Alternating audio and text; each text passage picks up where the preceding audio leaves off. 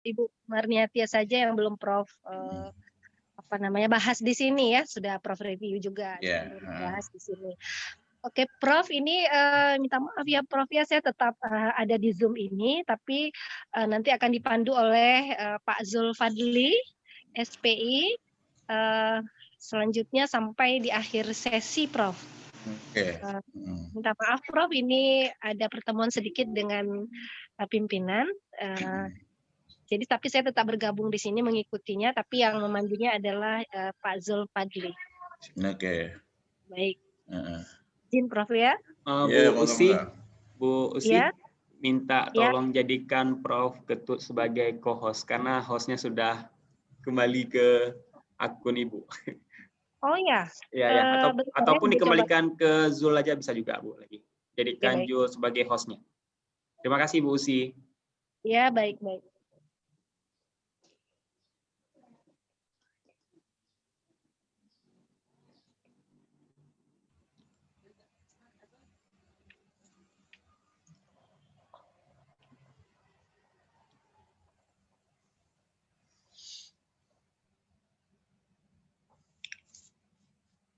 Oke, kita buka saja Prof ya.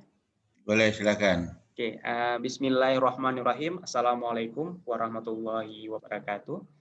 Waalaikumsalam warahmatullahi wabarakatuh. Selamat pagi semuanya. Yang kami hormati Profesor Ketut dari Universitas Bengkulu yang telah hadir pada hari ini. Yang kami hormati juga Bapak Ibu yang sudah meluangkan waktu hadir di tengah kesibukannya. Dan juga selamat datang beberapa mahasiswa yang mengambil mata kuliah karya tulis ilmiah. Jadi pada hari ini merupakan pendampingan karya tulis pertemuan yang ke-7 bersama Prof Ketut. Untuk menghemat waktu, langsung saja kesempatan saya berikan kepada Prof Ketut. Kepada Prof dipersilahkan. Oke, terima kasih. Assalamualaikum warahmatullahi wabarakatuh. Waalaikumsalam warahmatullahi wabarakatuh. Bapak, Ibu-ibu, dan adik-adik semuanya yang belum kenal, salam kenal juga. Jadi saya untuk mempersingkat waktu, izinkan saya untuk meng-share. Ini materinya ya agak sedikit, mungkin materinya materi lama ya gitu ya, yang saya akan teruskan yang kemarin gitu ya. Kayaknya kemarin saya belum tuntas dan menulis artikel itu kayak apa gitu. Mumpung ada mahasiswa baru juga ya. Izinkan saya untuk nge-share ya. Siap, Prof.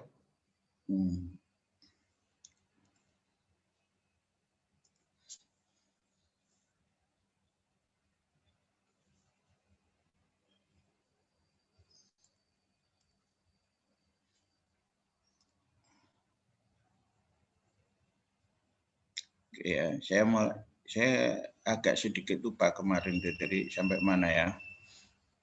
Kita mulai ke format jurnal aja lah ya. Siap, Prof. Jadi kita mulai dari sini aja. Jadi assalamualaikum warahmatullahi wabarakatuh ya, kita mulai lagi Bapak adik-adik ya. Ini adalah format yang biasanya kita muncul dalam berbagai jurnal ya. Secara umum dia disingkat menjadi IMROD gitu atau IMRD gitu ya. I-nya itu introduction ya, itu pendahuluan, M-nya itu material and method atau research method atau metode penelitian. Kemudian R-nya itu adalah research and D-nya adalah discussion. Ya, jadi inti dari suatu artikel itu ya introduction, research method, ya, kemudian research and discussion.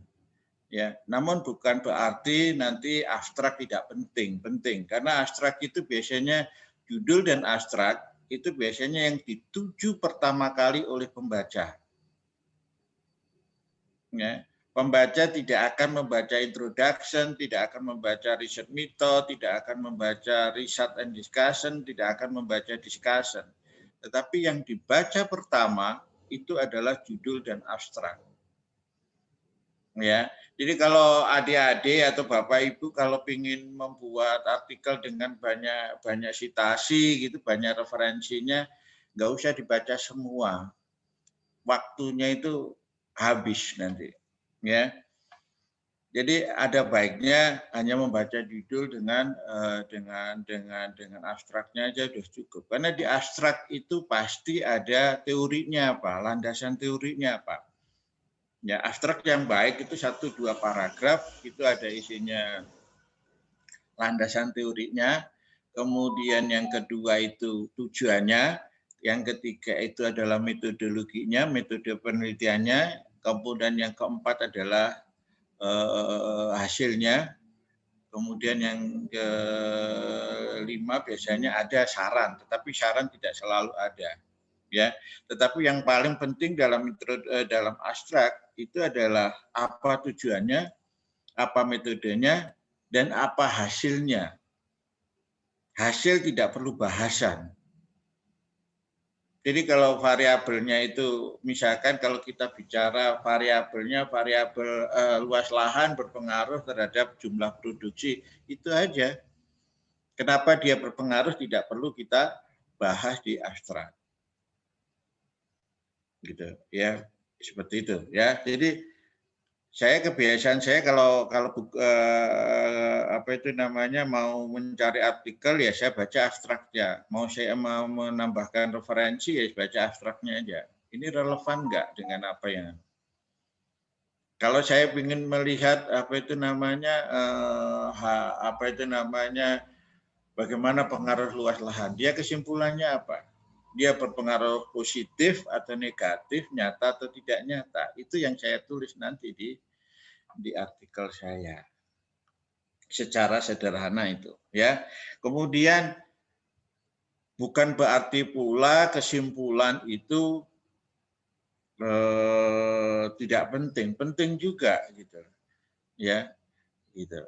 Kemudian apalagi dengan daftar acuan. Daftar acuan atau referensi ini penting sekali ya, karena apa? Itu juga mau kita bisa lihat keterbaruan suatu penelitian.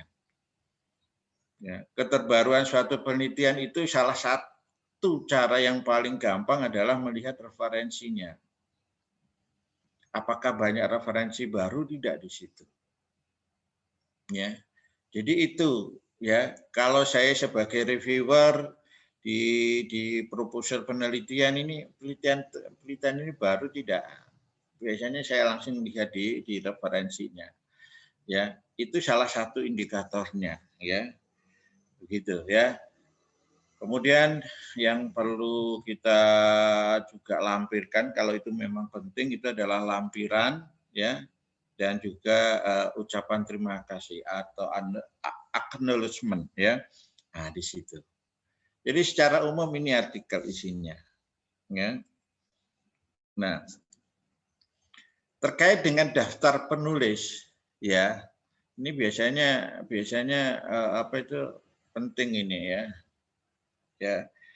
Nah, tulislah daftar penulis itu yang memang benar-benar berkontribusi di situ. Ya, tidak harus karena dia pimpinan kita itu kita masukkan ke dalam tulisan kita gitu loh. Karena dia teman baik kita ya, nggak harus di situ. Karena dia pacar kita gitu, nggak perlu di situ ya. Yang benar-benar berkontribusi di situ. Gitu. Ya. Jadi tidak perlu kita munculkan semua nama yang pernah suatu saat kita pernah menulis itu ada kalau 100 penulis itu. Saya pernah ikut begitu ya. Walaupun sumbangsihnya hanya menyediakan data saja gitu. Ya. Akhirnya ya dicoret juga gitu. Akhirnya saya mundur juga ya. Masuk Scopus di situ itu. Gitu loh. Karena memang pada waktu itu lagi emosi aja kayaknya. Karena ada aturan dikti yang sering berganti-ganti gitu. Jadi muncullah aturan seperti itu ya. Pada akhirnya dicabut juga artikel itu ya. Begitu. Jadi itu ya kalau terkait dengan daftar penulis. Nah, bagaimana kalau itu tulisan mahasiswa? Biasanya begitu ya. Saran saya penulisan mahasiswa itu adalah yang nomor 1. Tetap nomor 1 penulis, karena dia yang menulis. Ya. Gitu ya. Kita sebagai pembimbing itu boleh sebagai corresponding. Karena yang kalau biasanya artikel itu kan artikel skripsi mahasiswa misalkan ya. Kita kirimkan gitu ya. Kita kirimkan. Yang memperbaiki itu bukan mahasiswa. Iya. Pasti Benar. dosennya. Iya. Gitu lah. Oleh sebab itu jadilah mahasiswa pembimbing utamanya itu kalau memang mau memperbaiki itu sebagai corresponding autornya. Boleh nggak? Boleh. Siapa nggak boleh? Gitu. Dan itu nilainya kalau dalam KUM itu 40%. Benar. Sama dengan mahasiswanya. Dalam PAK yang baru itu 40% itu. Sisanya 20% untuk penulis ketiga dan seterusnya. Jadi itu ya. Cuman kalau pembiayaan monggo dirembukan gitu. Kalau saya pribadi kalau kami ya harus sampai itu namanya harus urunan di situ antar penulis yang ada. Karena di PKD yang sekarang pun urusannya agak pelik juga dia. Beban kerja dosen itu nggak boleh kosong gitu. Benar. Ya, penelitian itu nggak boleh kosong. Harus ada ya. Harus ada. Nah, salah satunya itu. Nah, salah satunya adalah kita sebagai corresponding gitu. Tulisannya mahasiswa. Saya selalu percaya bahwa mahasiswa kita itu pintar-pintar kok. Benar. Ya, selalu mahasiswa. Makanya kalau bimbingan saya selalu saya tanya IP kamu berapa gitu. Sehingga kita memberi beban pun enak gitu loh. Ya. Seperti itu. Ya, jadi itu. IPK biasanya refleksi dari kemampuan mahasiswa kita gitu ya. Jadi di situ ya. Dan saya yakin mahasiswa kita itu kalau tulisannya dipublikasikan pasti senang juga. Benar. Ya, itu. Karena itu apa itu namanya warisan dia juga nantinya. Ya, artikel itu kan salah satu warisan juga. Ya. Itu. Kemudian yang paling penting juga bagi prodi. Ya, bagi program studi. Kalau banyak mahasiswa yang nulis artikel ya, maka itu akan menjadi poin tersendiri karena di akreditasi yang baru yang 9 standar itu salah satu indikatornya adalah berapa jumlah artikel mahasiswa yang dipublikasikan. Nah, kemudian yang kedua, berapa jumlah artikel mahasiswa yang disitasi oleh mahasiswa juga.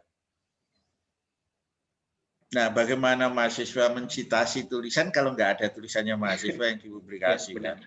Ya, jadi itu ya untuk ke depan itu ke sana. Untuk kalau A gitu, A itu hanya baik sekali, udah bisa kita. Tapi untuk jadi unggul salah satu indikatornya adalah itu. Cukup berat gitu. Jadi untuk jadi unggul ya. Mulai sebab itu mulailah dari sekarang.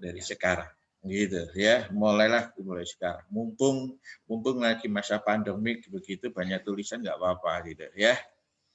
Jadi itu terkait dengan penulis ya. Nanti kalau Pak mau diselai ya. Nah, judul ya. Judul itu harus menjelaskan dengan jelas dan tepat termasuk kata kuncinya.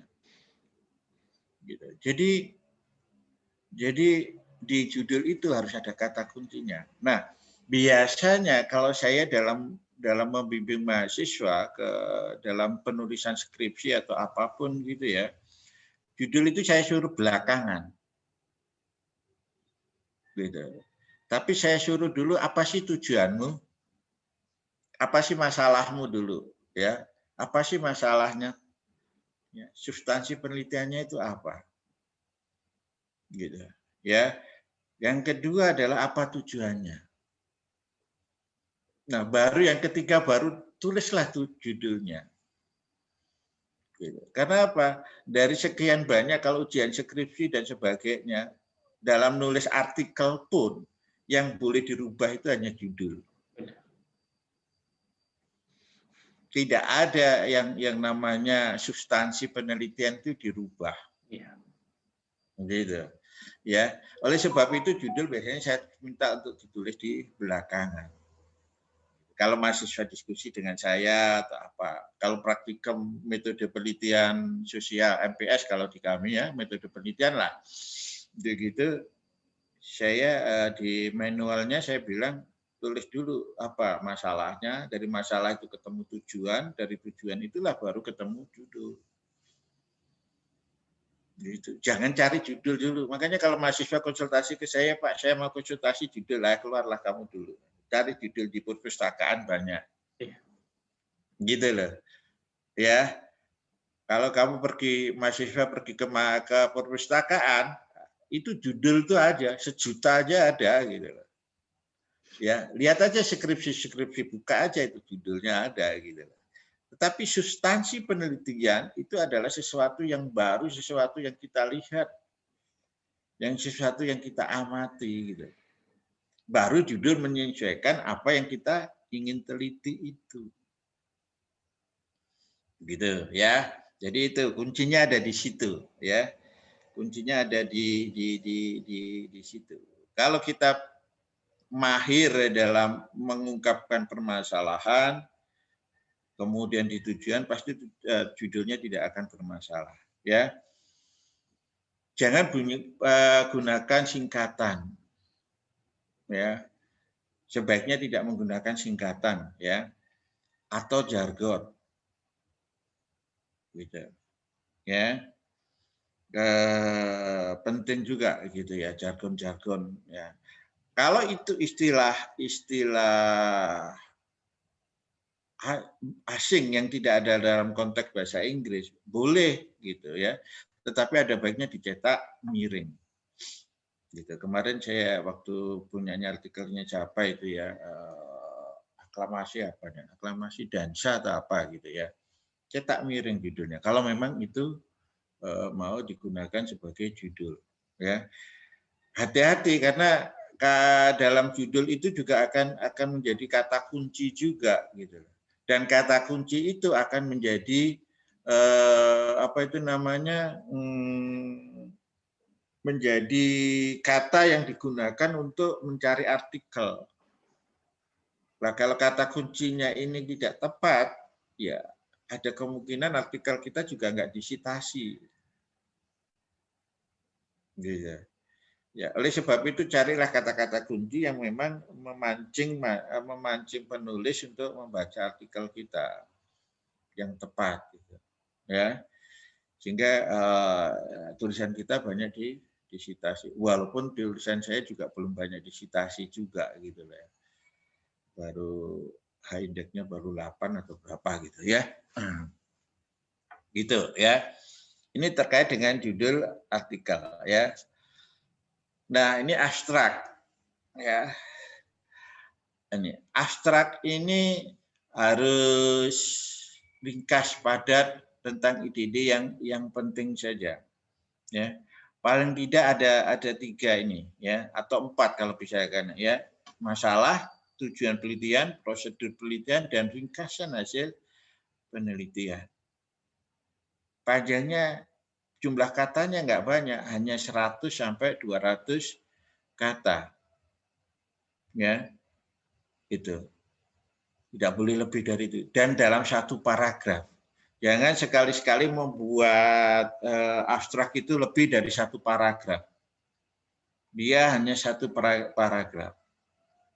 Ya, jumlah katanya antara 100 sampai 200. Ada yang sampai menyediakan sampai tidak boleh lebih dari 250 ada juga gitu ya. Jadi itu ya. Kemudian tidak ada singkatan, kutipan, artinya tidak ada referensi di situ. Ya, artikel saya yang baru semalam juga copy editingnya saya kirimkan itu juga gitu. Dulu awalnya masih ada tulisan ada kutipannya gitu. Nah, seperti itu. Ya diomongin ini nggak boleh ada kutipan, Pak. Nah, seperti itu. Tapi pakai bahasa Inggris ya. Ya gitu. Nah, seperti itu. Nah, saya takut karena karena itu ada hasil penelitian yang saya citasi penting sebagai landasan dari artikel saya. Ya, ada yang menyediakan di jurnal itu ada abstrak bahasa Indonesia dan bahasa Inggris. Biasanya kalau keluar kita hanya bahasa Inggris saja. Ya, kalaupun ada bahasa Arabnya atau bahasa apanya itu yang menyediakan mereka, gitu ya. Jadi itu. Oke ya, itu abstrak. Nah, gitu. Yang perlu dicatat dari abstrak adalah harus ringkas. Gitu. Karena ringkasan itu kalau kita sudah tahu ya atau tidak tahu gitu, itu yang akan memutuskan pembaca untuk membaca keseluruhan artikelnya atau tidak. Biasanya kalau saya mencari kata kunci dari metodenya, misalkan metodenya SWOT gitu ya, atau apa gitu, maka saya akan membaca metodenya, ya gitu, metode risetnya di bawahnya, gitu. Kalau saya mencari alat analisa, biasanya kan kita itu mencari artikel itu kan kadang-kadang untuk mau mencari alat analisanya, apa yang sesuai dengan topik kita. Ada yang mencari variabel-variabelnya, begitu. Nah, kalau saya yang sering saya lakukan adalah yaitu kadang-kadang saya mencari apa itu namanya metodenya, apa sih, multidimensional scaling gitu, MDS gitu ya. Maka itu berarti saya mencari metodenya. Gitu. Kalau mencari metodenya berarti yang akan saya kejar itu adalah riset metodenya, gimana dia melakukan itu. Ya, seperti itu. Kemudian yang berikutnya adalah judul dan abstrak harus berdiri sendiri, artinya tidak ya dipisah. Pertama judul baru ke abstrak ya. Ya. Kapan kita menulis abstrak? Saya biasanya menulis abstrak kalau sudah jadi artikelnya. Gitu. Ya. Jarang sekali saya menulis abstrak kalau artikelnya belum jadi. Kecuali itu kalau seminar ke luar negeri gitu biasanya mintanya abstrak dulu gitu. Nah, itu gitu. Tapi aneh aja menurut saya ketika penelitian kita belum selesai, artikel kita belum selesai, kita sudah diminta abstraknya, ya. Seperti itu. Itu kalau terkait dengan abstrak ya. Ya. Nah, kalau kata kuncinya gimana? Ya, pilihlah antara 3 sampai 5 kata aja yang dibahas di dalam artikel. Nah, kata kunci ini itu untuk mempermudah penelusuran artikel. Contohnya tadi kalau multidimensional scaling MDS, itu pasti saya pakai di dalam apa namanya kata kuncinya. Supaya apa? MDS itu sudah common, sudah umum, orang akan mencari alat itu. Kalau orang mencari alat itu, ketika kita menggunakan mau tidak mau dia akan mensitasi itu. Gitu ya. Kemudian yang paling penting juga adalah bahwa kalau itu bidang ekonomi, masukkan dia pada JEL ini ya, Journal of Economic Literature. Dia masuk bidang apa? 502, 500 atau apa gitu ya. Simbol-simbolnya seperti itu ya. Tapi tidak semua jurnal ekonomi itu mencantumkan JEL ini. Ya. Itu ya terkait dengan kata kunci ya. Nah, oke, ada pertanyaan sebelum saya lanjutkan. Barangkali ada pertanyaan.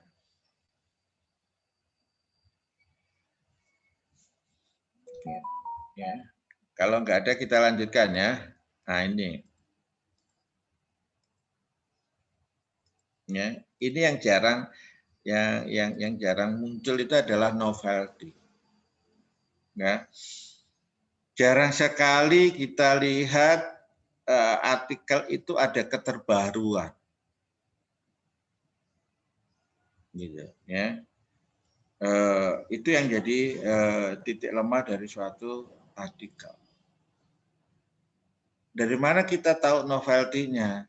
Biasanya dari review-nya sebelumnya.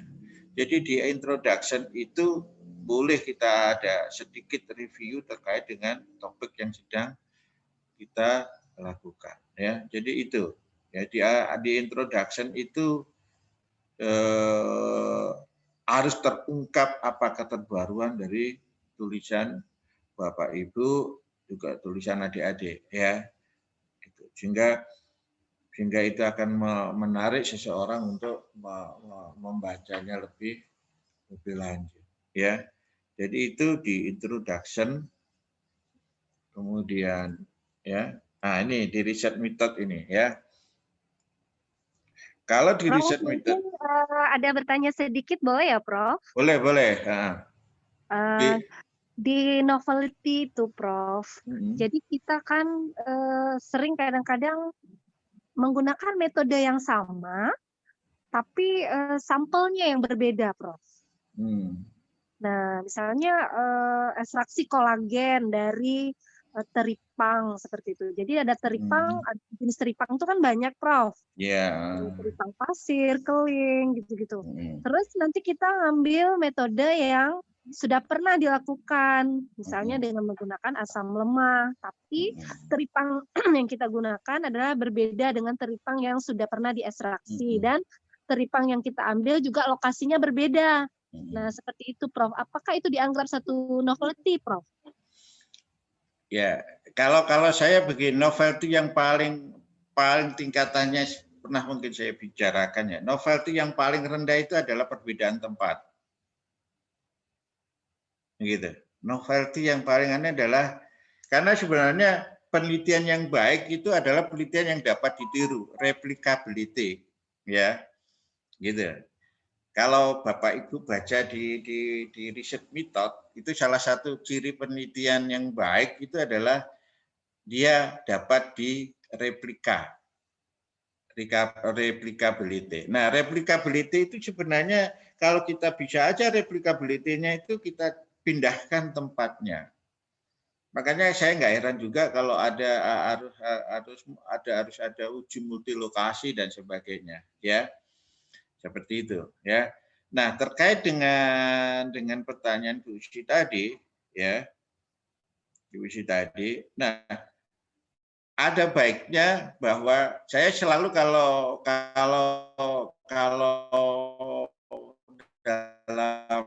dalam artikel itu saya membuat satu pertanyaan, gitu loh, ya. Misalkan itu, ya, sebutkan aja gitu di kota ini, di kota ini, di kota ini, atau di laboratorium atau oleh siapa gitu, ya. Menunjukkan, gitu ya, menunjukkan hasil yang begini.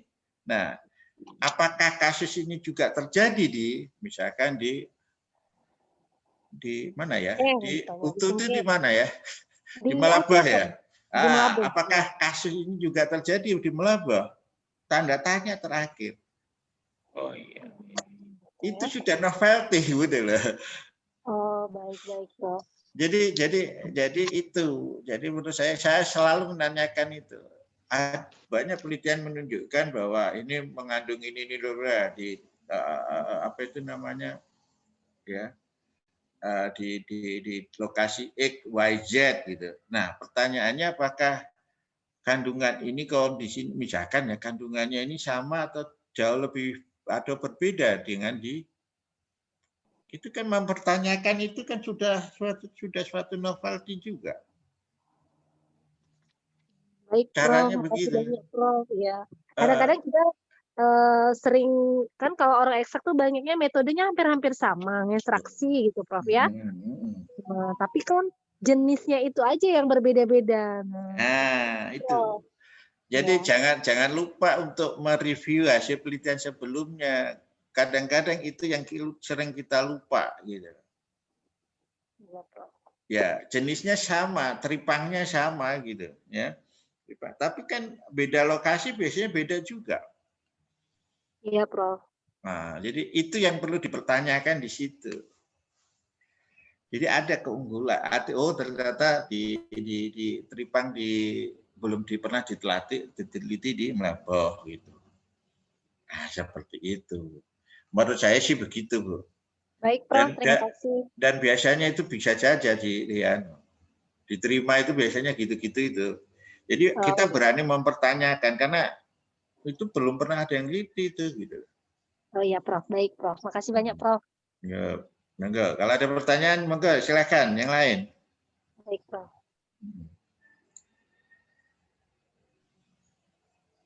Silahkan Bapak Ibu, bila ada pertanyaan silahkan ditanyakan. Mungkin belum ada, Prof. Oke ya, kita lanjutkan riset method ya.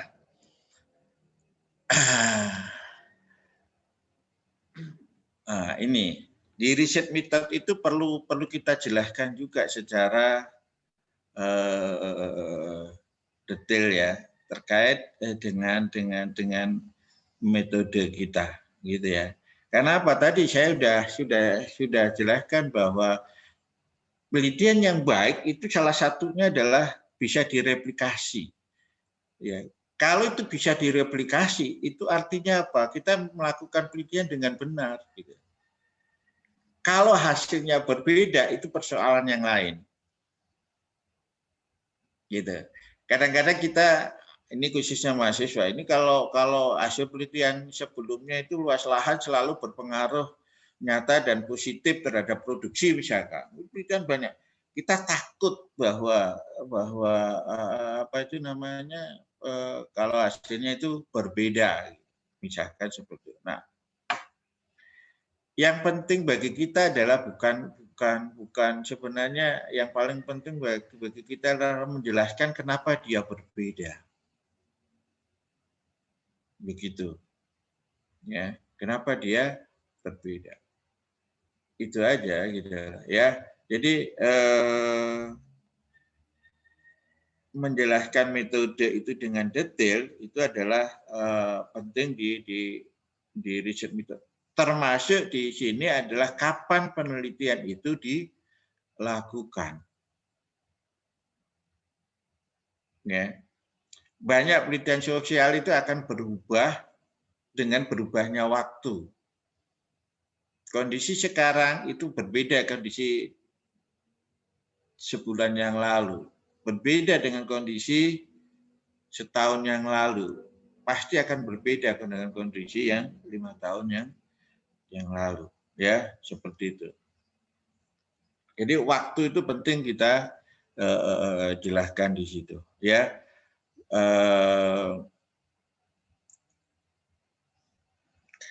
Bagaimana kalau metodenya itu sama dengan penelitian sebelumnya? Ya. Kalau penelitian itu sama dengan penelitian sebelumnya, ada baiknya disitasi, tulis sitasinya. Ya. Gunakan kata adopsi. Metode penelitian ini mengadopsi, misalnya model ini mengadopsi model yang digunakan oleh siapa? Sugiono 2022, misalkan begitu. Ya. Jangan mengikuti. Ya, ada baiknya menggunakan kata adopsi. Ini penjelasan dari proofreading disertasi saya waktu itu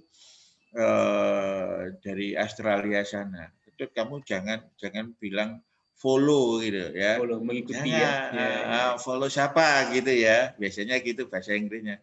Jangan, itu merendahkan kamu. Nah, ini mengadopsi, adopt from siapa gitu, adopted gitu.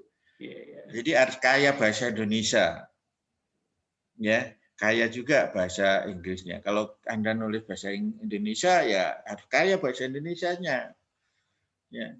Termasuk kalau kemarin itu tujuan juga. Tujuan itu jangan hanya mengetahui kalau artikel gitu, ya. Lebih baik mengkaji yang lebih tinggi lah, menganalisa dan sebagainya. Kalau mengetahui itu levelnya itu rendah sekali gitu, ya, gitu. Jadi kata-kata itu yang harus kita cukup paham di situ, ya. Jadi metode itu, ya, termasuk kalau kita bicara sampling, berapa jumlah sampelnya, berapa jumlah respondennya, ya itu penting. Metodenya pakai apa, Hitungnya bagaimana kok ketemu 50. Nah, seperti itu. Ada referensi di situ, ya. Penting itu, ya. Itu. Kemudian yang perlu kita adalah ini, hasil dan riset, ya. Prof, izin bertanya sedikit, Prof. Nah, Silahkan boleh, Bu Nelis. Ya, baik, terima kasih. Mohon maaf, Prof, saya di novelty yang pertama, yang kedua tentang masalah cara untuk kita mengsitasi dari metode yang dibuat oleh orang lain.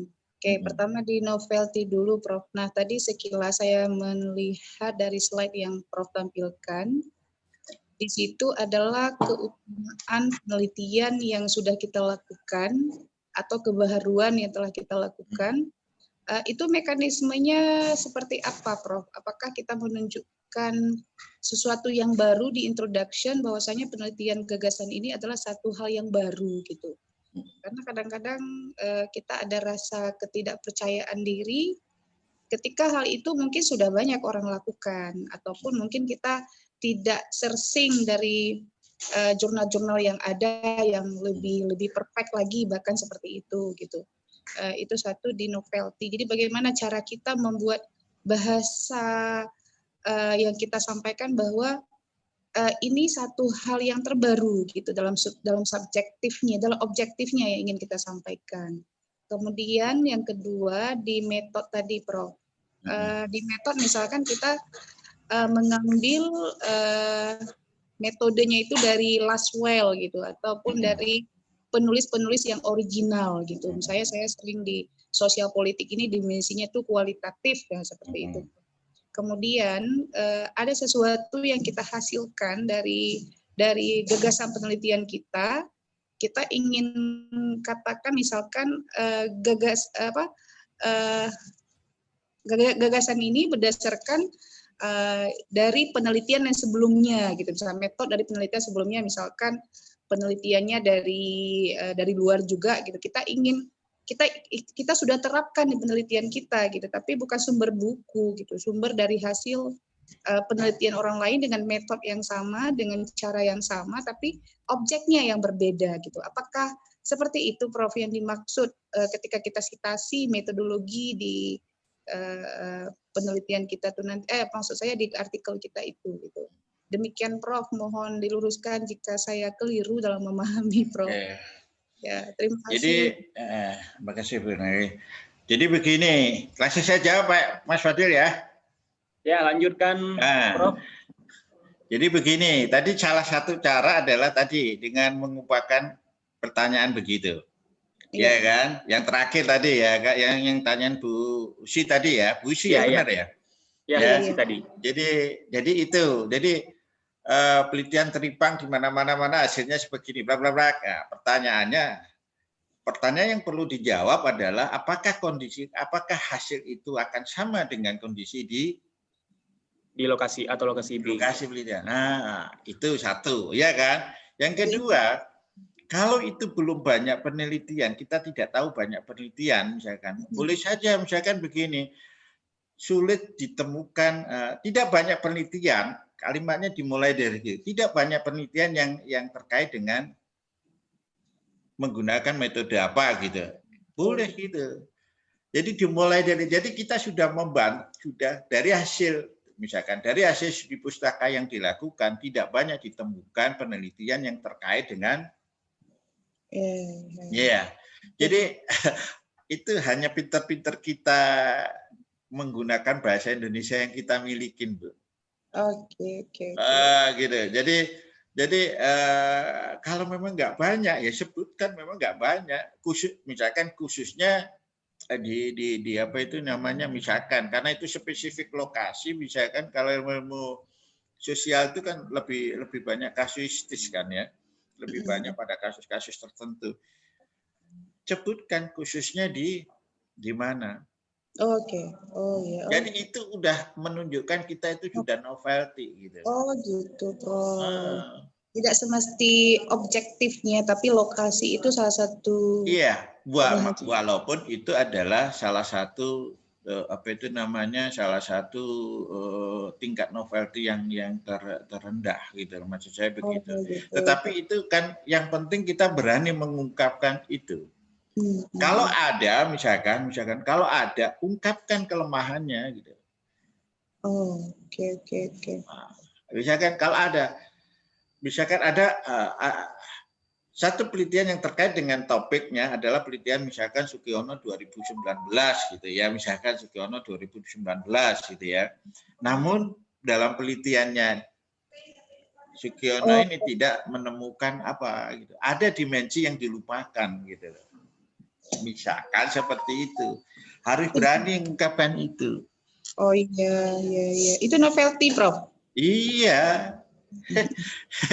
Novelty tidak sesuatu yang belum pernah, artinya sebenarnya definisi kasar itu adalah novelty yang tidak pernah dilakukan di mana-mana sebenarnya gitu. Tapi di mana-mana itu kan boleh saja di mananya itu di Aceh.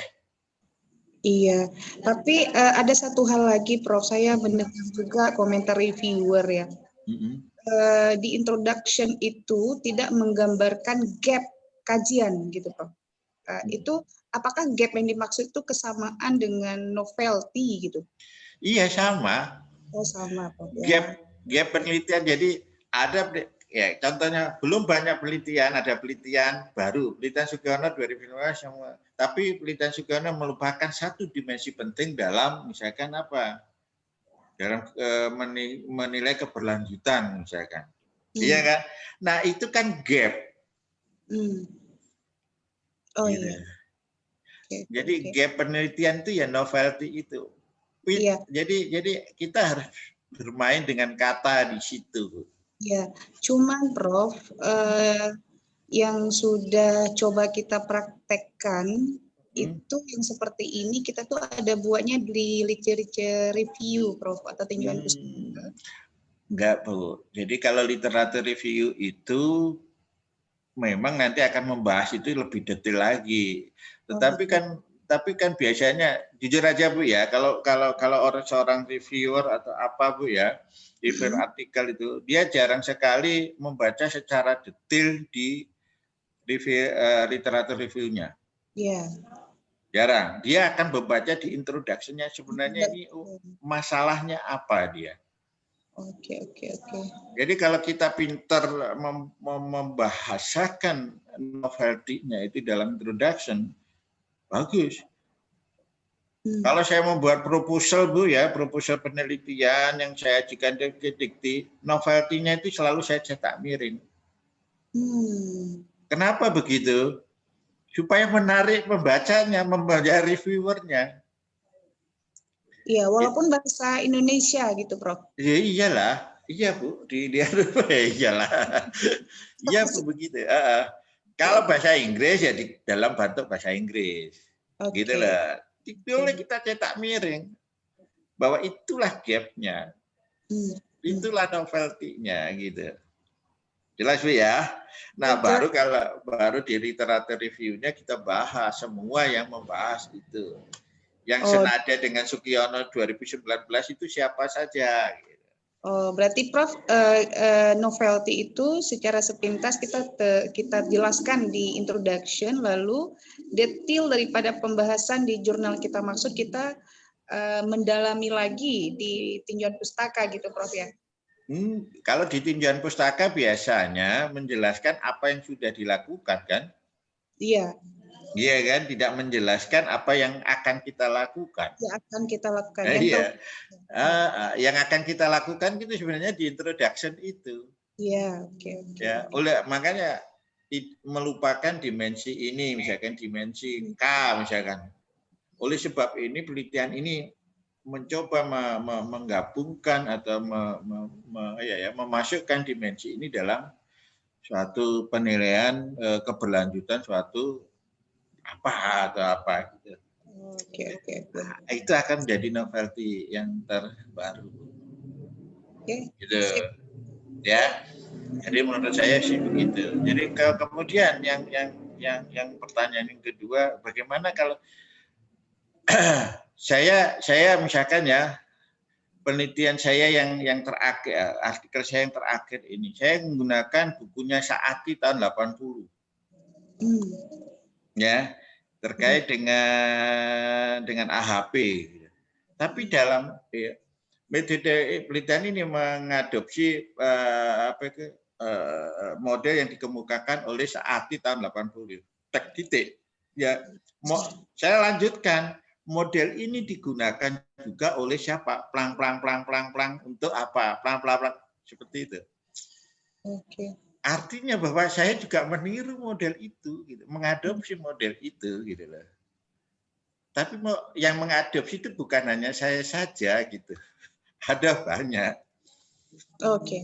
Nah, jadi itu dikemukakan di riset metode nggak apa-apa. Itu berapa, Prof? Misalkan ada perbandingan kita 1 atau 2 yang kita tiru, boleh Prof lebih daripada itu?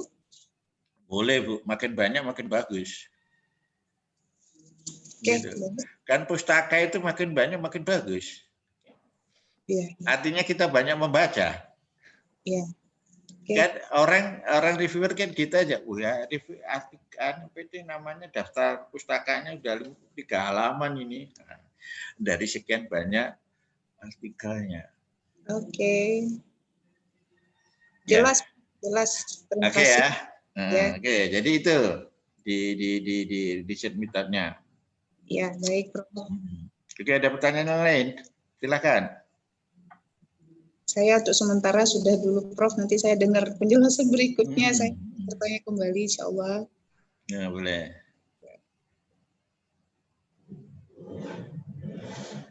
Enggak ada pertanyaan? Enggak ada? Belum ada sepertinya, Prof. Oke, saya lanjutkan ya. Siap. Kemudian subbab berikutnya adalah result, ya. Result ini biasanya sama discussion-nya ada yang digabungkan. Ya. Saya lebih suka result and discussion-nya itu digabungkan daripada dipisahkan. Dipisah ya. Ya. Karena apa? Karena itu untuk mengurangi jumlah kata juga. Kalau kita membuat riset berpisah dengan discussion, biasanya ya hasil dengan diskusinya kita buat pisah. Pada saat membahas diskusi, kita harus merujuk pada riset. Dan itu bisa mengulang-ulang kata. Ya. Jadi itu preferensi saya begitu. Walaupun kadang-kadang ada juga yang harus memisahkan itu, ya. Ya harus pintar kita juga, ya. Jadi lihat nanti gaya selingkung dari jurnalnya, ya. Kemudian yang penting dalam riset ini adalah sajikan temuan Anda secara objektif, ya. Kalau objektif harus ada datanya, ya. Jelaskan apa yang ditemukan, ya. Kemudian tunjukkan bahwa hasil baru Anda itu berkontribusi pada pengetahuan ilmiah. Oleh sebab itu dalam membahas hasil ini, jangan seperti kita mendeskripsikan kembali tabel. Gitu. Ya. Jelaskan aja temuan yang menarik dari situ.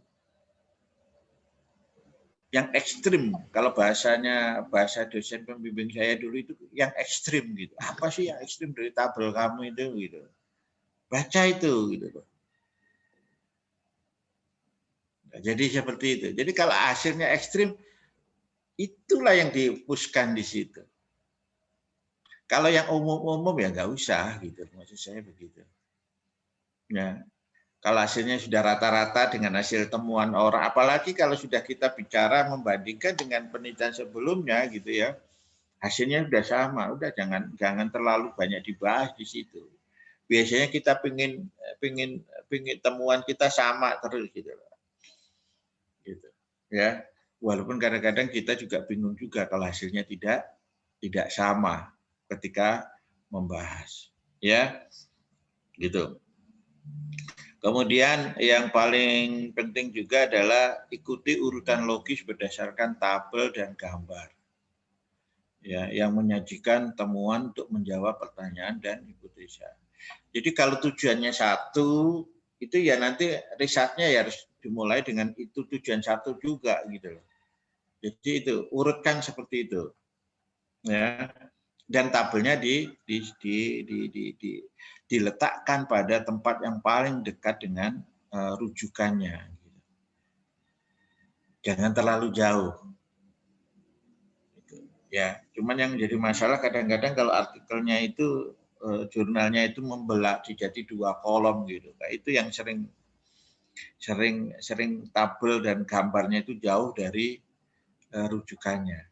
Seperti disajikan pada tabel 1 gitu ya kan, di bawah, padahal di bawahnya nggak ada tabel gitu. Misalkan begitu ya. Ya. Ada di halaman berikutnya. Nah, itu yang kadang-kadang secara apa itu namanya, secara penulisan artikel itu udah nggak bagus, gitu ya. Hati-hati ketika kita menggunakan kata di bawah ini, gitu. Lebih baik langsung merujuk pada tabel 1 titik gitu aja, ya. Kalau kita gunakan di bawah gitu, ternyata nggak ada di bawahnya. Gitu ya. Nah, seperti itu. Atau gambar 8 gitu. Sudah gambar 8 titik gitu. Atau dalam kurung lihat gambar 8. Lihat tabel 2 gitu, dalam kurung gitu. Ya, itu untuk menghemat kata dan juga untuk salah memberikan petunjuk kepada pembaca. Ya, itu adalah riset ya. Kemudian ya, kalau gambar jangan lupa legendanya ya, itu ya penting untuk kita isikan ya. Itu berikutnya adalah discussion-nya ya. Gitu. Diskusinya ini yang harus Anda perhatikan ya. Yang pertama adalah bahwa jelaskan hasil Anda dalam konteks apa yang sudah diketahui tentang subjek tersebut ya, bahwa apakah hasil Anda itu sudah sesuai atau tidak dengan ekspektasi yang Anda gunakan ya, gitu. Jangan sampai di dalam bahasan itu tidak ada pembandingnya gitu ya. Ini yang sering kita lupa ini ya. Banyak sekali kita membahas bla bla bla, tetapi itu lebih banyak seperti opini saja. Ya. Artikel itu nggak boleh opini. Ya, harus ada rujukannya. Nah, seperti itu, ya. Nah, kemudian bagaimana penelitian tersebut telah memajukan atau berkontribusi terhadap ilmu pengetahuan ilmiah. Ya. Salah satunya adalah misalkan bahwa kalau kita menemukan sesuatu yang berbeda, itu adalah salah satu yang berkontribusi. Hasil penelitian ini berbeda dengan penelitiannya siapa gitu. Tapi jelaskan kenapa dia berbeda hasilnya. Ya. Kalau penelitian sosial itu di situ letaknya keunggulannya gitu ya. Kalau nggak tahu kalau penelitian eksak itu mestinya harusnya sama dengan teorinya ya, mestinya begitu. Ya. Kemudian jangan membahas itu ataupun jangan membahas itu kemana-mana, tapi fokuskan bahasan Anda itu pada apa yang sedang didiskusikan. Jadi nggak kemana-mana gitu. Ya. Jangan berupaya untuk menggabungkan variabel yang lain dengan variabel lain dalam satu bahasa. Ya, hati-hati di situ, ya. Gitu. Kemudian kalau dalam simpulan itu adalah ya jawablah tujuan dari penelitian itu. Dan dalam simpulan tidak boleh ada bahasan. Ya, gitu. Jangan sampai ada bahasan di dalam simpulan. Kalau simpulannya bahwa dia berpengaruh nyata atau dia tidak berpengaruh nyata, variabel ini tidak berpengaruh nyata, ya sudah jawab aja tidak berpengaruh nyata, titik. Tidak perlu dijelaskan kenapa dia tidak berpengaruh nyata. Karena sudah ada di dalam diskusinya. Gitu ya. Apa strateginya? Sebutkan strateginya, ya. Yang paling penting juga adalah jangan lupa bahwa penting juga untuk mengajukan beberapa kelemahan dari penelitian sehingga kita bisa perbaikin untuk kedepannya. Itu di dalam diskusi dan simpulan, ya. Jadi seperti itu, ya. Nah, kalau referensis, ya. Jadi Bu Uci juga tanya gimana kalau Mendeley ya. Boleh nanti pertemuan kapan? Nanti ya kita bicara Mendeley ya. Ya. Saya jujur aja saya nggak menggunakan Mendeley ya. Baru semalam juga kelabakan juga saya menggunakan Mendeley ya. Walaupun saya bisa gitu loh. Karena apa? Kalau Mendeley itu harus mengumpulkan semua artikelnya dan kita harus on terus gitu.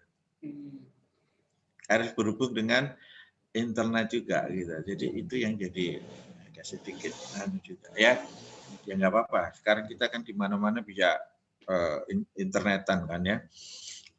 Nanti kita diskusi tentang Mendeley ya. Gampang kok sebenarnya gitu. Dari di Google install, udah gunain gitu aja. Baru nambah pustakanya apa gitu ya. Gitu. Kemudian dalam referensis ini kalau Anda gunakan sebaiknya semua ada di dalam daftarnya. Ya, itu. Saya semalam itu ternyata ada 2-3 artikel citasi yang tidak ada di daftar pustakanya gara-gara nggak gunakan Mendeley itu ya. Begitu. Ya. Informasi yang kita citasi itu harus dikenali dengan kutipannya. Ya, jangan kayak tadi opini dan sebagainya. Ya, kurangin kalimat-kalimat yang itu seperti opini atau apa gitu di dalam referensi. Dalam menulis artikel itu. Ya, seperti itu. Jadi kalau idenya bolehlah ide, tapi harus ada faktanya di bawah. Nah, fakta yang di bawah itu boleh jadi itu adalah dari artikel yang kita citasi. Gitu, ya. Kemudian referensi itu sangat bervariasi, lihat petunjuk penulisan jurnalnya.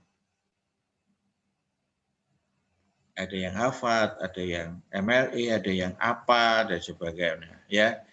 Ikutin di situ. Ya, akan berbeda-beda. Ya, ini. Hindarin referensi yang sulit ditemukan. Ini khususnya yang mau naik pangkat ya. Gitu. Jadi hati-hati gitu ya. Kalau dalam mencitasi, karena dalam kadang-kadang begini ya, ada teman kita yang titip, tolong dong disitasi artikel saya, misalkan begitu. Iya. Iya kan? Iya. Tapi ternyata artikelnya dia itu tidak sesuai, tapi kita cantumkan aja gitu. Ya, kita cantumkan menurut siapa gitu ya di tengah artikel ada. Kemudian dicek di daftar referensinya ada. Hati-hati di situ, di penilaian angka PAK, ya angka kredit itu juga dicek daftar pustaka itu. Kalau dia tidak sesuai maka nilainya akan bisa jatuh, bisa jadi di fraud gitu. Ya. Seperti itu, ya. Oleh sebab itu hati-hati dalam ini. Jadi kejujuran itu penting di sini, ya. Jujur dalam ya. Itu. Jadi kalau ada di artikelnya ada di di artikelnya, di data referensinya juga harus ada. Ya, itu kemudian yang paling penting juga adalah jangan melakukan citasi yang memang tidak relevan. Ya. Penilaian angka kredit sekarang itu agak detail juga gitu, kalau kita nggak hati-hati. Ya. Ada banyak sekarang itu ada banyak jasa yang dijual untuk citasi, jasa jual citasi gitu. Nanti jangan-jangan artikel kita tahu disisipin itu. Ya. Hati-hati di situ. Jadi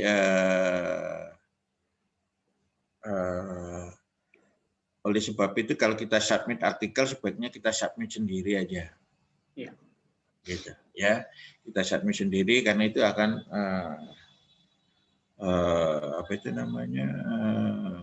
kita lebih percaya pada diri kita. Bukan berarti kita nggak percaya pada teman, tidak. Gitu, ya. Kadang-kadang kalau ditambahin satu artikel ternyata nggak relevan ya. Pada waktu naik pangkat juga kena juga kita. Gitu. Iya, 2 kali kena. Nah, sudah rugi publikasi gitu, nggak hukumnya malah turun. Nggak diakui ya. Masih syukur kita turun, ada yang nggak diakui itu. Wah, itu parah berarti ya. Nah, gitu. Ada 2, 3, 4 kalau nggak salah, ada 4 artikel yang ternyata nggak relevan sama sekali. Dan itu sudah muncul gitu itu. Mafia jual citasi itu udah banyak di mana-mana gitu. Jadi itu yang terkait dengan referensi ya. Ya, siap. Ya, itu ya. Jadi hindari membuat referensi yang tidak terkait dan tidak penting untuk penelitian, itu yang saya maksud tadi ya. Jadi itu. Mungkin itu dari saya. Ada pertanyaan? Silahkan ini akan, Bapak Ibu, bila ada pertanyaan silahkan ditanyakan. Ini topik ini akan kaitannya dengan Mendeley, ini bagus ini. Ya. Sitiran ini ya, ada Afat. Ya. Nah, ini nanti sama Mendeley aja ya. Siap. Mendeley ke anunya. Gitu. Enggak, kalau ada pertanyaan silakan. Silahkan Bapak Ibu bila ada pertanyaannya.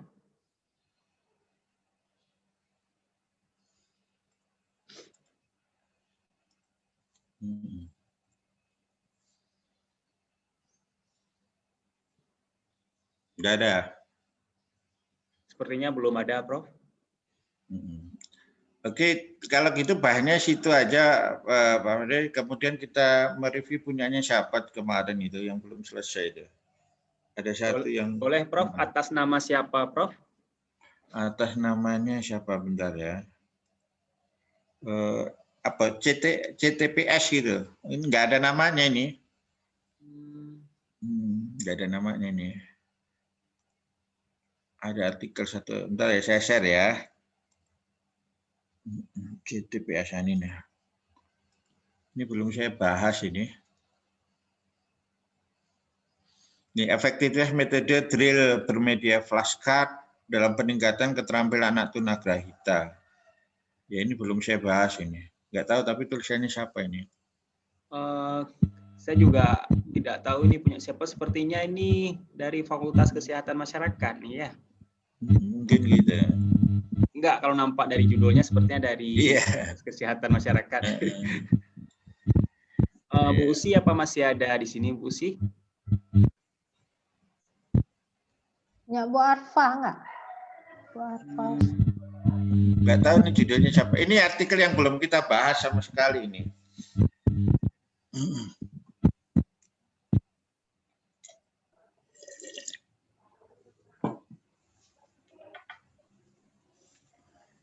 Gimana?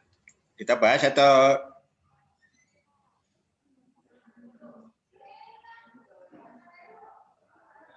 langsung aja dibahas ya, Prof ya? Apa namanya? Nggak ada judulnya ya, Prof? Nggak ada pengarangnya. Oh, nggak ada pengarangnya. Nggak ada pengarangnya ini. Ada judulnya, nggak ada pengarangnya. Efektivitas metode CTPS itu. Kayaknya sama dengan kemarin tuh yang breast cancer itu loh. Siapa Bu siapa? Oh iya. Bu Arfa. Mungkin ya Bu Arfa. Ini mirip punya FKM ini memang, Prof. Ya. Oke ya, kita bahas ini ya. Iya, Prof. Oke, ya. Jadi kalau dari judulnya dulu ini, judulnya ini kalau saya hitung sudah 28 kata gitu ya. Gitu. Jadi itu panjang sekali gitu ya. Gitu.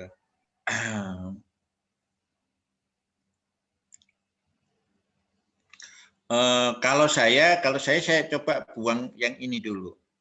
Cara mengenai adalah menghilangkan ini dulu. Ya, kalau saya hilangkan ini dulu.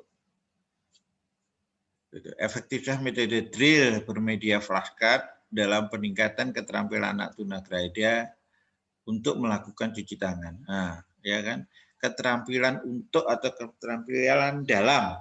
Nah, itu juga ya kata bahasanya itu ya. Itu kalau dari judul ini terlalu panjang, ada 28 kata. Nah, kalau itu kita bisa delete, ya itu paling tidak jumlah katanya adalah sudah tinggal 18 kata. Gitu ya. Jadi bisa dihilangin di situ. Oke ya. Nah, di abstrak ini juga itu ya. Nggak ada bahasa Inggrisnya ini ya. Kemudian kalau kita lihat di abstrak ini, ya, ini ada 2 paragraf, ya, gitu. Ada abstrak itu di mana-mana hanya 1 paragraf yang saya lihat, ya, gitu. Kemudian kalau kita lihat di abstrak ini terlalu panjang di introduction-nya, di pendahuluannya. Pendahuluannya itu ini segini nih. Ya. Sudah berapa kata ini? 87 kata. Ya. Jadi ini ada baiknya disingkat. Gitu ya. Dibuat ringkas sehingga hanya 2 baris saja paling enggak. Gitu ya. Jadi ini terlalu panjang. Kemudian metodenya ya. Metodenya ini dia sudah dijelaskan metodenya ya. Metodenya 23 orang. Cuman yang tidak dijelaskan itu metodenya gimana mencari 23 orang itu. Dari berapa? Ya, gitu. Dan kemudian yang terakhir itu adalah hasilnya itu sudah ada hasil di situ gitu lah ya. Tapi kalau saya ya misalkan ini ada ini ya. Ini ada sebaiknya dijelaskan juga sedikit apa artinya gitu loh. Ya. Misalkan ini Haji Wiksokso menunjukkan ada peningkatan keterampilan CTP pada anak tunagrahita yang ditunjukkan oleh nilai probabilitasnya ini yang lebih kecil dari, nah, seperti itu aja kalimatnya, jadi lebih ringkas seperti itu. Ya, maka kalimat seperti ini maka nggak boleh ini kalimat ini. Hasil penelitian ini menunjukkan bahwa metode drill bermedia flashcard efektif dalam meningkatkan keterampilan cuci tangan maupun harusnya ini aja ya. Kalau saya hilangkan ini ya, langsung saya ganti dengan hasil ini aja. Ya, hasil penelitian ini menunjukkan, nah harusnya gitu, harusnya lah ya. Kan, ya. Bahwa seperti ini. Kalau menurut saya sih begitu. Ya, mudah-mudahan kelihatan nggak ya? Kelihatan, Prof. Ya. Kalau nggak saya gedein dikit lah. Kalau kegedean ya. Kecil. Jadi agak gedein dikit. 120. Oke, sudah, ya. Prof. Nah, udah cukup ya. Nah, seperti ini. Jadi kita bisa lebih kalimatnya gitu ya. Padahal ini adalah hasilnya yang mendukung ini. Ya, ini agak kebalik gitu harusnya ya. Harusnya hasil penelitian menunjukkan bahwa ini yang ditunjukkan oleh hasil uji Wilcoxon, mungkin begitu mungkin ya. Ini jauh lebih apa itu namanya, lebih precise gitu kalimatnya ya. Tidak ada bahasa Inggrisnya, jadi kita teruskan ya. Nah, ini introduction-nya ya. Ya. Ini secara umum pendahuluannya terlalu panjang. Ya. Kemudian ada beberapa kalimat yang menurut saya kurang meyakinkan, ya. Misalkan kata-kata tentu saja gitu. Ya. Ada baiknya kalimat-kalimat yang kurang meyakinkan itu dihindarin dalam penulisan artikel. Gitu. Ya. Kemudian yang paling penting adalah SPOK-nya juga, ya. Kayak contohnya kalimat ini nggak ada subjeknya apa, predikatnya apa, objeknya apa, gitu. Nggak jelas gitu ya. Jadi itu hal-hal yang sederhana sebenarnya ya, yang perlu kita Kemudian, nah ini juga berdasarkan survei yang dilakukan di SLB. Nah, siapa yang melakukan survei? Mana referensinya? Nggak ada di sini. Gitu. Ini akan dipertanyakan juga ini, mana sumbernya? Gitu. Siapa yang melakukan survei? Kalau itu ada data, misalkan data hasil wawancara kita, boleh gitu disebutkannya. Misalkan ini hasil wawancara dengan kepala sekolah, gitu. Ini harus disebutkan hasil survei awal, gitu. Kalau ini ditanyakan ini nanti sumbernya apa, dari mana? Ya, survei awal yang dilakukan oleh petani dengan diperoleh informasi bla bla bla bla bla begitu. Ya, kalau ini karena ini sudah survei hasil survei, siapa yang melakukan, sumbernya mana gitu ya. Ini dipertanyakan juga ya. Itu yang terkait dengan artikel ini. Kemudian pendahuluannya terlalu panjang. Nah, ini juga ini ya. Hindarin kata kalimat saya lakukan. Nah, gitu. Ya, lebih baik kalau peneliti atau ya gitu. Jangan kata saya, kami, kita gitu ya. Hindarin gitu. Kalau menurut saya begitu ya.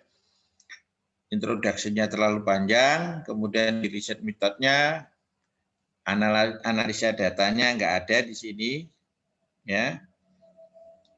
Itu kemudian hasil penelitian ini ya. Kalau menulis apapun ya dari heading ini ke sini itu sebaiknya ada prolognya lah.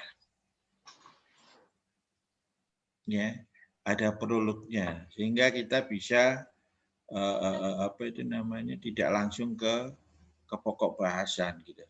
Ya. Ada prolog yang mengantarkan kita pada subheading berikutnya. Gitu. Ya. Kemudian ini sama dengan kasus kemarin ya, di hasil ini ya.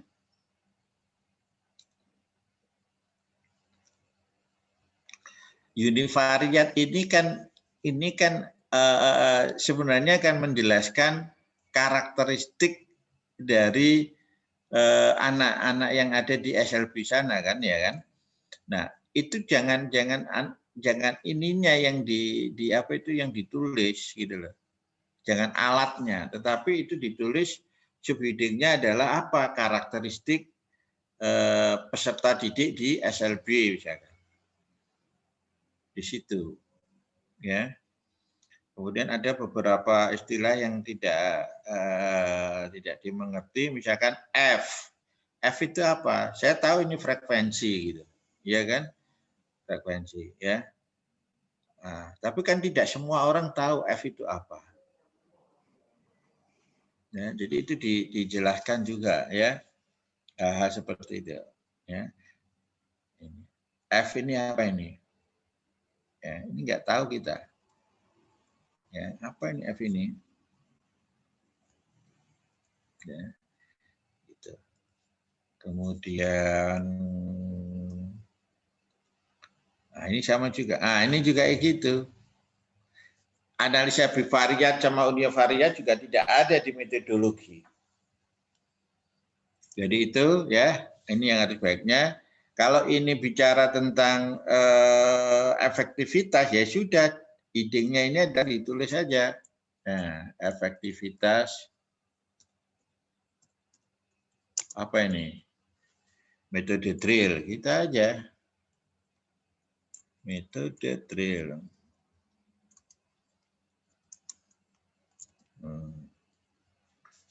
Seperti itu.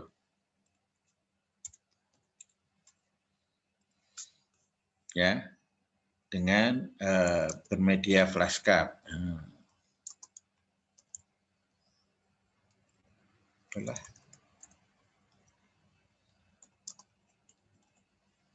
Begitu. Ya. Jadi analisanya baru datanya, ya. Jadi prolog. Jadi nggak perlu ini, nggak perlu analisa bivariat ini. Langsung dipindahkan ke metode. Apa sih yang dimaksud analisa bivariat? Apa yang dimaksud dengan analisa univariat? Ya, di situ. Oke ya. Itu kemudian ini dianalisanya, ini di diskusinya kalau nggak salah ini. Ya, lalu di pembahasan kan. Nah, di pembahasan ini ada beberapa yang sering diulang-ulang gitu loh. Kayak ini. Ya. Udah kan hasil ini ya. Ini nih merujuk pada tabel berapa? Ya, ini kan ngulang lagi gitu loh ya di sana. Dari hasil anunya ya. Itu kemudian daftar pustaka. Nah, ini daftar pustakanya juga nggak banyak ini ya, dan tidak lengkap ya. Itu jadi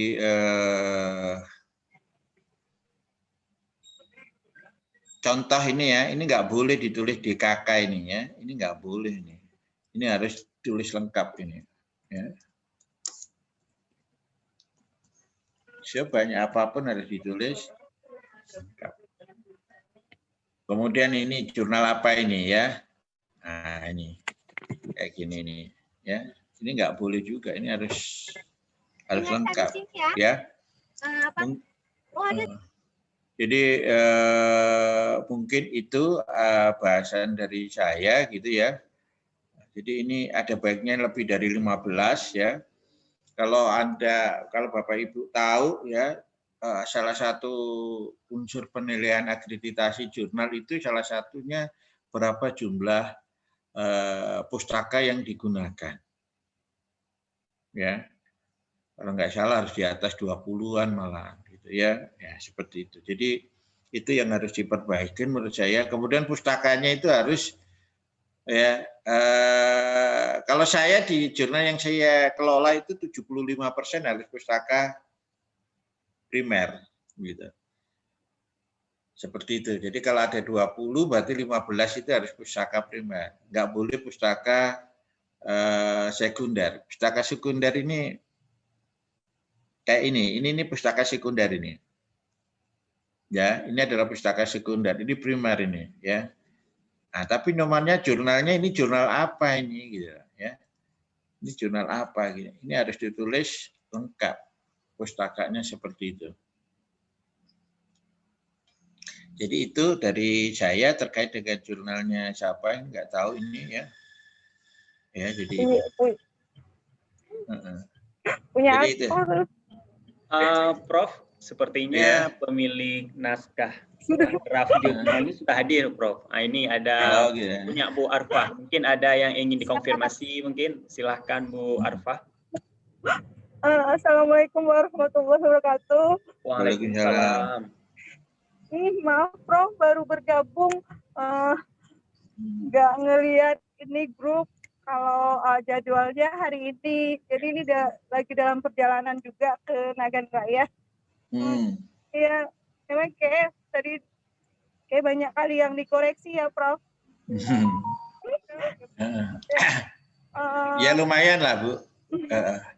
Ya, terima kasih banyak, Prof. Walaupun tadi nggak ngikutin, tapi insya Allah nanti dari coretan-coretan Prof tadi udah kelihatan. Tapi kalau boleh diizinkan nanti akan konsultasi langsung via chat WA kalau diizinkan. Nah, boleh, Bu. Iya. Konfirmasi karena nggak ikut tadi, jadi nggak tahu ininya. Gitu. Oke, terima kasih Bu Arfa. Iya, sama-sama Pak. Makasih Prof. Sama-sama Bu. Jadi itu sisi menurut saya ya.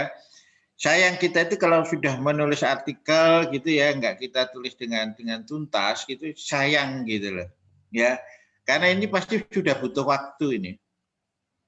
Ya, dan nulis artikel itu nggak semua orang bisa loh. Yakin itu.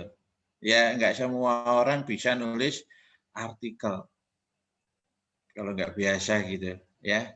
Walaupun itu kewajiban, walaupun itu dosen gitu ya, nggak semua orang bisa.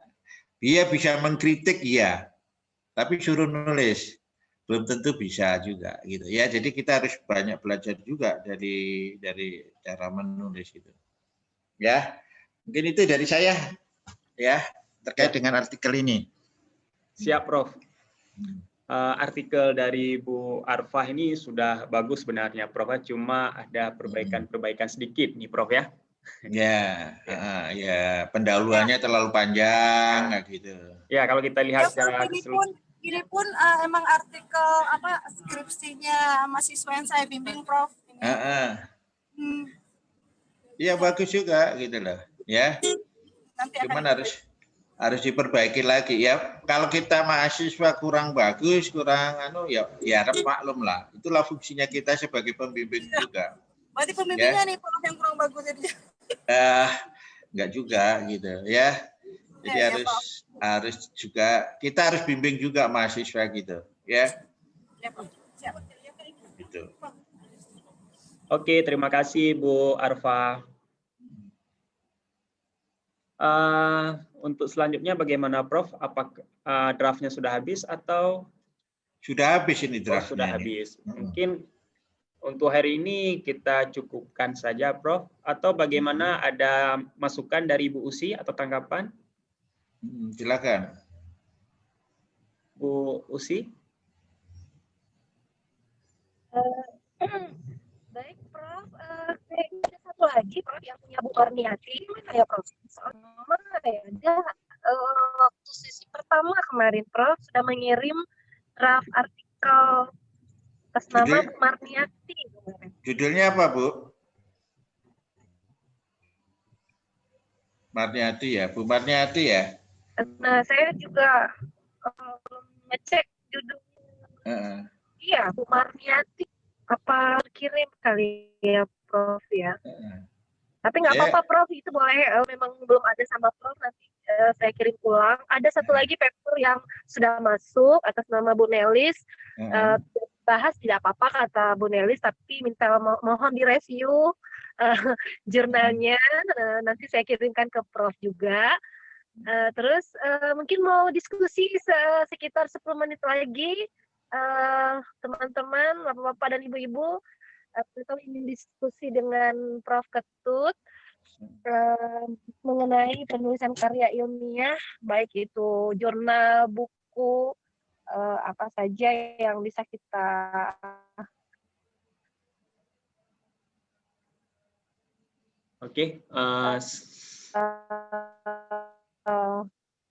bisa kirimnya. Ini tidak mencuri ya Prof ya, terang-terangan ya Prof.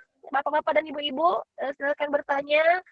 Kiat-kiat menulis artikel, mungkin semakin sering kita menulis, semakin terbiasa kali Prof ya. Iya. Iya, Prof. Ya pasti itu. Ingin bertanya satu hal lagi, Prof. Ini silakan Bu Nelis. Silakan Bu Nelis. Ya. Begini, Prof. Saya baru mendengar kabar yang sangat menyedihkan tentang discontinuous corpus. Kemudian katakanlah Prof, itulah terjadi gitu Prof. Apakah boleh jurnal yang telah kita publish tersebut coba kita mereview kembali tentang perkembangan yang terbaru? Jurnal itu kita coba submit ke tempat lain gitu Prof. Misalkan maksud saya ini katakanlah terjadi discontinue sehingga kan karya itu pasti akan tidak lagi beredar gitu Prof, ataupun tidak bisa kita untuk akses lagi dengan dengan karya yang berindeks itu gitu. Boleh nggak Prof, ataupun tepat nggak jalan yang kita tempuh jika karya tersebut coba kita review ulang sendiri tentang perkembangan terbaru, kita submit lagi ke artikel yang lain gitu Prof. Karena situasi yang saya hadapi secara pribadi, sepertinya jurnal yang pernah publish bahkan itu edisi di awal.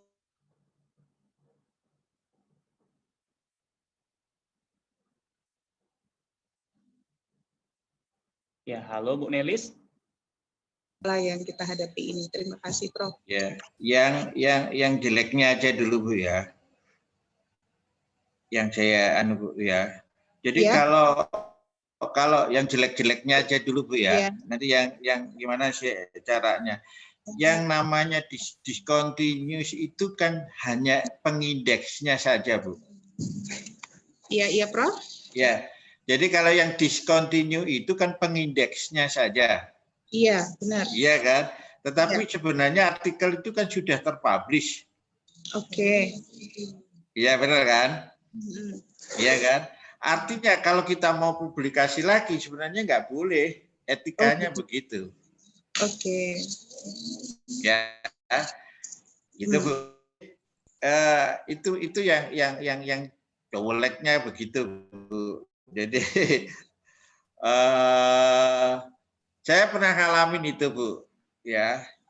Saya ngalami tidak hanya di Bu ya, tapi di Indonesia juga Bu. Ya, jadi zaman dulu itu ada yang namanya akreditasi, itu ada 2 lembaga akreditasi Bu.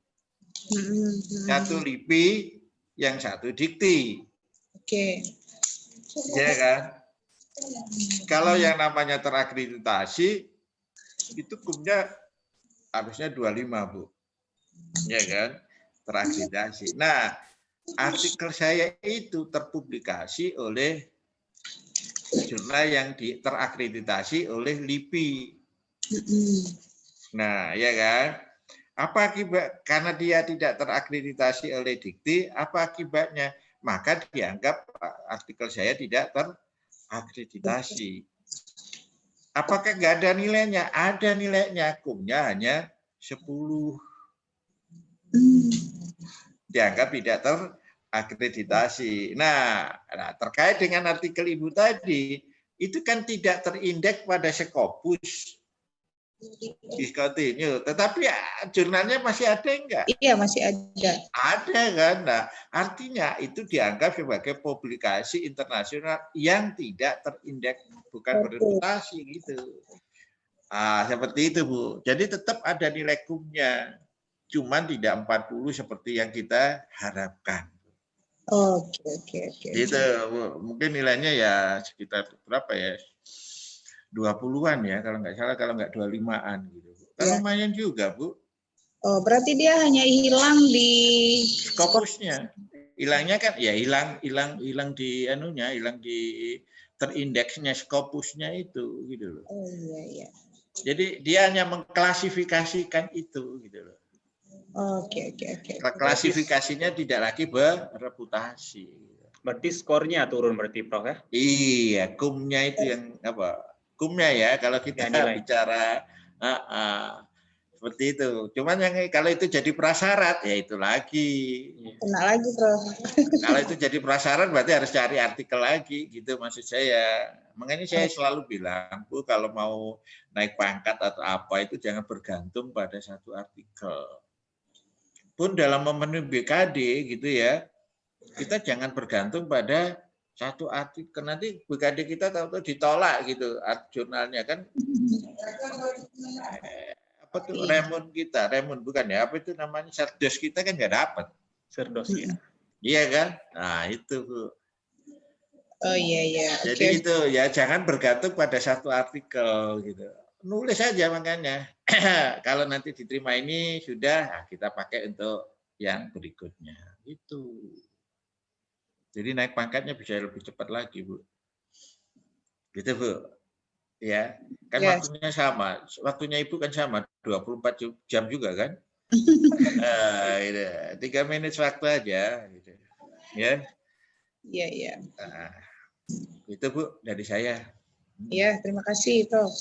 Terima kasih Bu Nelis. Mungkin di antara Bapak Ibu masih ada yang ingin bertanya, disilahkan. Apa masih ada Bapak Ibu?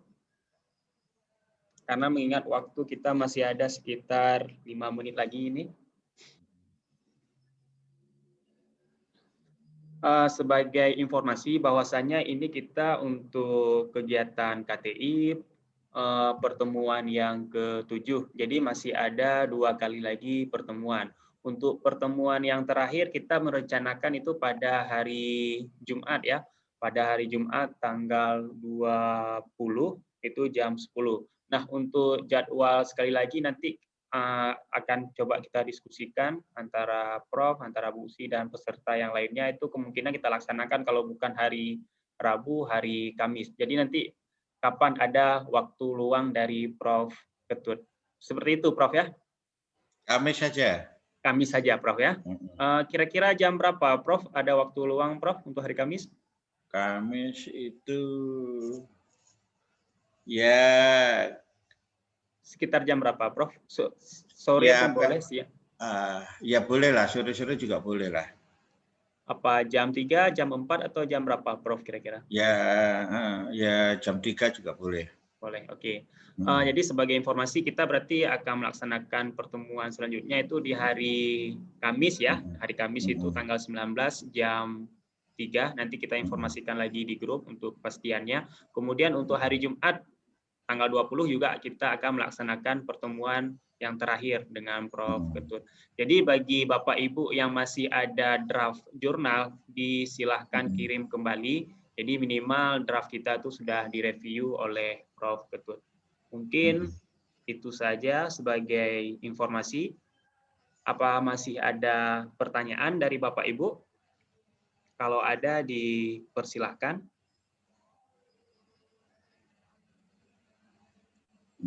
Mungkin Prof sudah sangat jelas mungkin materi hari ini, jadi Bapak Ibunya sudah sudah paham dan mengerti. Boleh. Alhamdulillah kalau kayak gitu. Iya, berarti kita berjumpa lagi Prof di hari Kamis dan di hari Jumat Prof ya? Iya, boleh. Oke, untuk hari ini saya rasa cukup sekian. Terima kasih Prof Ketut yang telah hadir pada hari ini dan juga Bapak Ibu yang telah meluangkan waktu di tengah kesibukan di akhir tahun ya. Terima kasih. Kita tunggu Bapak Ibu untuk hadir pada hari Kamis dan hari Jumat. Saya selaku moderator, kalau ada kesalahan kata saya minta maaf. Saya tutup dengan Assalamualaikum warahmatullahi wabarakatuh. Waalaikumsalam. Waalaikumsalam warahmatullahi wabarakatuh. Terima kasih Prof Ketut. Iya, sama-sama. Ya, tunggu artikelnya ya. Ya. Iya, yang bosan-bosan Prof, kirim lagi. Ya boleh. Lagi. Saya juga belajar juga kok Bu. Iya. Banyak belajar juga tadi. Ya Prof. Oke, monggo. Assalamualaikum. Iya, Waalaikumsalam warahmatullahi wabarakatuh. Waalaikumsalam Prof.